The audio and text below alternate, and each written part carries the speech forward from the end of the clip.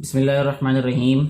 आप लोगों ने अक्सर जो है क्वेश्चंस में देखा होगा ये कि अगर किसी बी नंबर की पावर ज़ीरो आ जाए तो उसको वन लिख देते हैं। जैसे टू पावर ज़ीरो है तो वो वन होता है।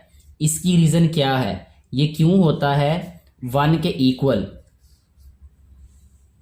इसको हम जनरलाइज करके लिखें अगर, तो एक्स पावर ज़ीरो इक्वल होता है वन के। यानी किसी बी नंबर की पावर अगर ज़ीरो हो तो वो वन के इक्वल होता है।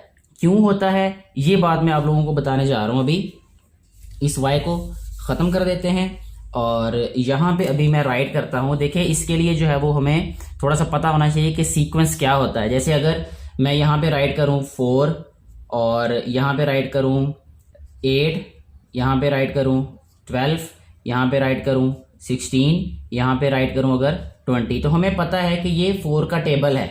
यानी हर 4 नंबर जो है वो हम स्किप कर रहे हैं, तो ये इसका सीक्वेंस है इन नंबर्स के दरमियान में। ठीक है, इसी तरीके से अगर हम इससे आगे जाना चाहें तो हम लिख सकते हैं कि यहाँ पे जी इसमें +4 कर दें तो वो आगे वाले नंबर आ जाएंगे। अगर हम पीछे लिखना चाहें तो हम माइनस कर देंगे तो इससे पीछे वाले नंबर्स बन जाएंगे। यानी हम ये एक मुकम्मल जो है वो सीरीज बना सकते हैं इससे।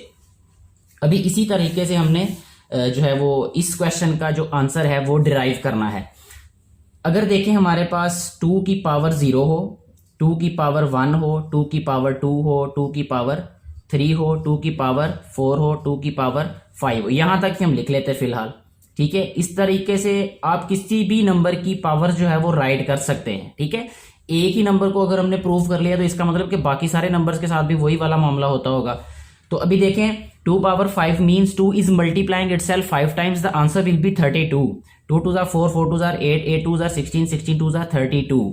सो यहाँ पे हम राइट करेंगे 32। ठीक है, 2 power 4 means 2 is multiplying itself 4 times, यानी 2 जो है वो अपने आप से 4 दफा जरब हो रहा है, मल्टीप्लाई हो रहा है। तो इसको क्या लिखेंगे हम, 2 2 4, 4 2 8, 8 2 16। ठीक है, यहाँ 16 आ जाएगा। 2 power 3 means 2 is multiplying itself 3 times, so ये आ जाएगा हमारे पास 8। ठीक है, 2 power 2 means 2 is multiplying itself 2 times, तो 2 2 4। ठीक है, इसके बाद 2 is multiplying itself only once, यानी यहां पे क्या आ जाएगा 2 आ जाएगा। ठीक है, अब देखें यहां पे एक सीक्वेंस बन रहा है। ठीक है, इन सारे नंबर्स के दरमियान कैसे, हर एक नंबर जो है, देखिए जैसे ये 16 जो है ये इसका हाफ है, 8 जो है वो 16 का हाफ है।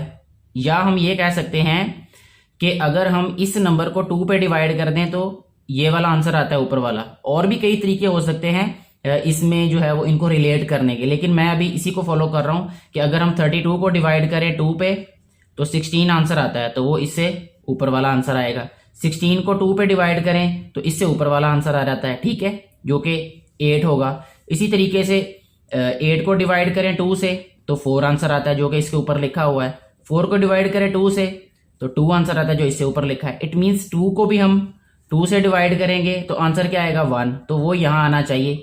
तो इसलिए यहां पे 2 की पावर 0 हुई तो आंसर हमारे पास आ जाएगा 1।